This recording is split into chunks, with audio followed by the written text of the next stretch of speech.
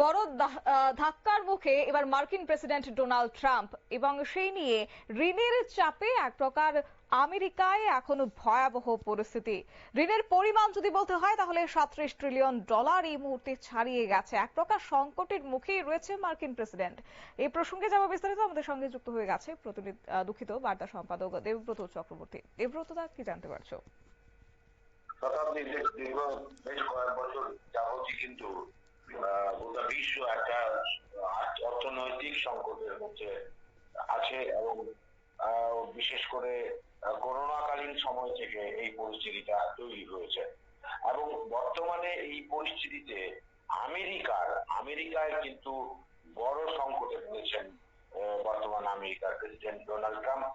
ঋণের পাহাড়ে রীতিমতো তোমার নতজানু হয়ে পড়েছে আমেরিকা। ঋণ ভার 37 ট্রিলিয়ন ডলার, 37 ট্রিলিয়ন ডলার ছাড়ালো এমনকি ভারতের কাছেও যদি মার্কিন যুক্তরাষ্ট্র। আমেরিকার যারা অর্থনৈতিক অবস্থা এই ভয়াবহতা নিয়ে রীতিমতো তারা দুশ্চিন্তা প্রকাশ করছেন। দেশটির জাতীয় ঋণ 37 ট্রিলিয়ন ডলারের সীমা অতিক্রম করেছে, যা পুরো বিশ্ব অর্থনীতিকেই নতুন দুশ্চিন্তার মধ্যে ফেলে দিয়েছে। 2025 সালের 20 জুন পর্যন্ত মার্কিন সরকারের ঋণ বেড়ে এমন জায়গায় পৌঁছেছে যা দেশটির বাৎসরিক অর্থনৈতিক উৎপাদনের সমান। অবস্থাটা দেখো, বাৎসরিক উৎপাদনের সমান হয়ে দাঁড়িয়েছে তাদের ঋণ।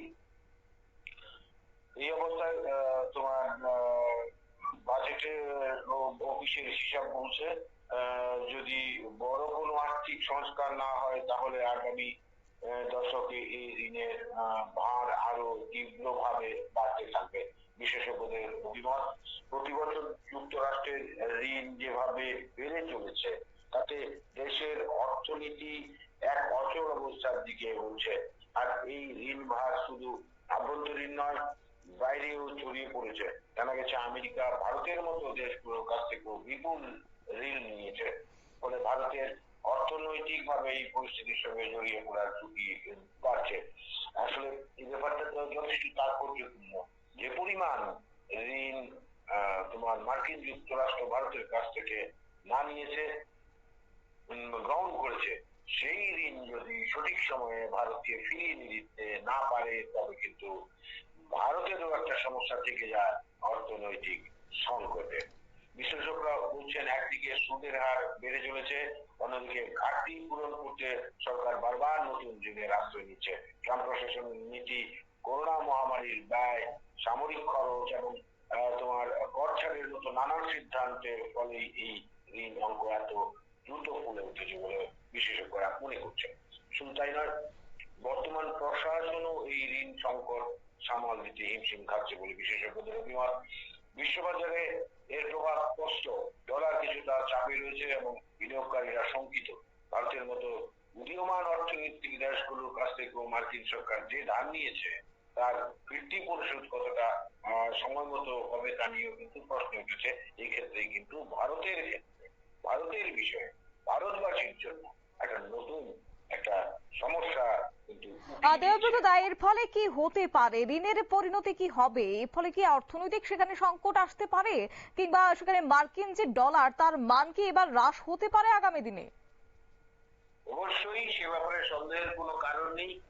এবং আমেরিকায় যদি তোমার এই টাকার তোমার ডলারের পতন হয় কিংবা অর্থনৈতিক সংকট দেখা দেয় তাহলে কিন্তু অন্যান্য দেশগুলো এর ভোগান্তির শিকার হবে। তা নিয়ে সন্দেহের কোনো কারণ নেই। একটাই সূত্র, তা হচ্ছে মার্কিন যুক্তরাষ্ট্র যে দেশগুলোর কাছ থেকে ঋণ নিয়েছে সেই দেশগুলোকে যদি সঠিক সময়ে সে ঋণ ফিরিয়ে দিতে না পারে তবে সেসব দেশগুলো, ভারত সহ সেসব দেশগুলো অর্থনৈতিক সংকট বাড়তে বাধ্য। এটাই কিন্তু একটা তোমার অশনি সংকেত, একটা দুর্ভাবনার বিষয়।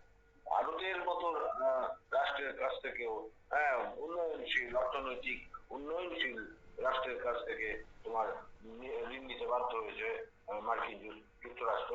সুতরাং যে কথাটা তুমি বলছিলে যে ডলারের মান হ্রাস হবে কিনা, ডলারের মান অবশ্যই হ্রাস হওয়ার সম্ভাবনা রয়েছে। সেই সাথে অবশ্যই এর প্রভাব গোটা বিশ্বে পড়বে।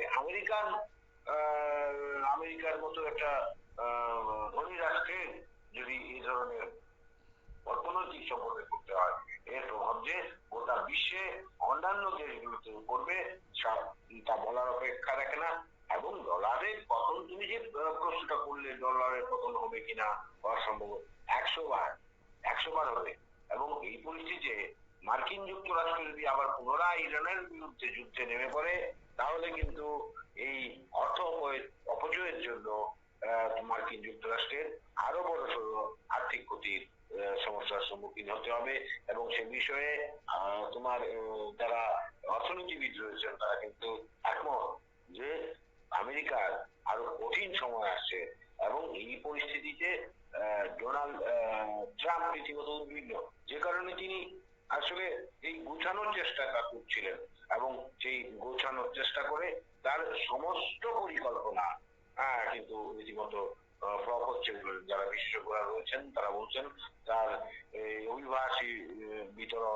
অভিবাসী বিতরণের পাশাপাশি শুল্ক বৃদ্ধি, এসব বিষয়গুলো বুমেরাং হচ্ছে। এবং পরবর্তীতে এই যে ঋণের চাপ একটা রীতিমতো সামাল দিতে এক প্রকার হিমশিম খাচ্ছে, এতে করে আগামী দিনে ডোনাল্ড ট্রাম্পের কি পদক্ষেপ হতে পারে? সেই ঋণের সমস্যা মোকাবেলা করার জন্য সেখানে কি সাধারণ মানুষের যারা আমেরিকার নাগরিকরা রয়েছে তাদের জীবনযাত্রায় কি একটা প্রভাব ফেলবে? সেখানে ট্যাক্স বাড়িয়ে দেওয়া কিংবা চাকরি কিংবা অন্যান্য যে বিনিয়োগ, তার উপর একটা কি প্রভাব ফেলতে পারে আগামী দিনে? আমি একটা করে আসি। তোমাকে প্রথমেই বলি যে ট্রাম্প কিন্তু এই যে কর বৃদ্ধির ব্যাপারটা কিন্তু ইতিমধ্যে শুরু করে দিয়েছিলেন। কিন্তু যেভাবে তিনি শুরুটা করেছেন সেই পদ্ধতিটা কিন্তু সাধারণ যারা অর্থনীতিবিদরা রয়েছেন তারা কিন্তু এটাকে সঠিক পথ বলে মনে করছেন না। তিনি বিভিন্ন দেশের উপর রপ্তানির ক্ষেত্রে শুল্ক বৃদ্ধি করেছেন, ভারতের উপর চাপ বৃদ্ধি করেছেন। অ্যান্ড্রয়েড ফোন যেন ভারতবর্ষে তৈরি করা না হয়, তার দেশের অ্যান্ড্রয়েড যে ফোন নির্মাতা কোম্পানি তাদের উপরও তিনি চাপ সৃষ্টি করেছেন। প্রতিটি তার সঙ্গে সম্পর্ক রয়েছে, বাণিজ্যিক সম্পর্ক রয়েছে এমন দেশগুলোর উপর তিনি চাপ সৃষ্টি শুরু করেছেন। অটোমেটিক্যালি যে বিষয়টা হয় তা হচ্ছে তার প্রতি এই মার্কিন যুক্তরাষ্ট্রের সাথে বাণিজ্য বজায় রাখাটা কিন্তু একটা কঠিন অবস্থা হয়ে দাঁড়িয়েছে।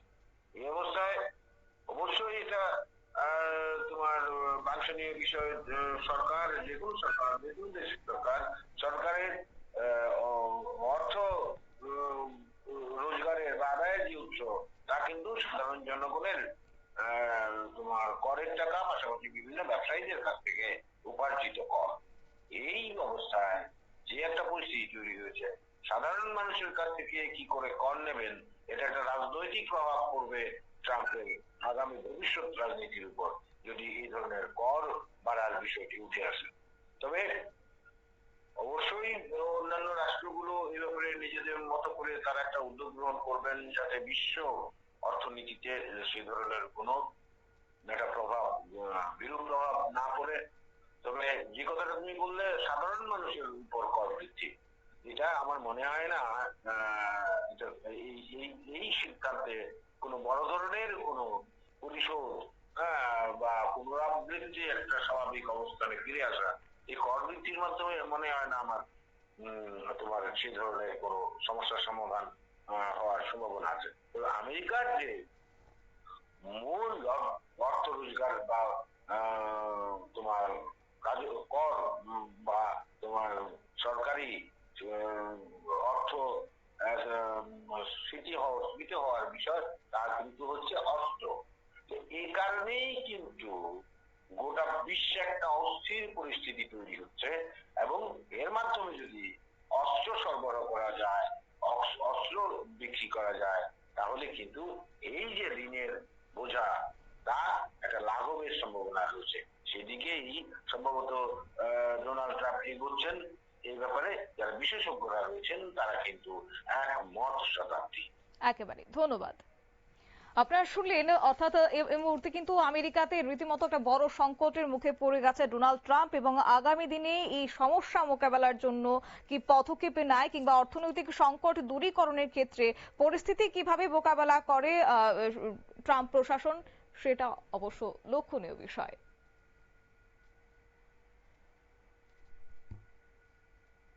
নিয়ে নিচ্ছি ছোট্ট একটি বিজ্ঞাপন বিরতির, সঙ্গে থাকুন।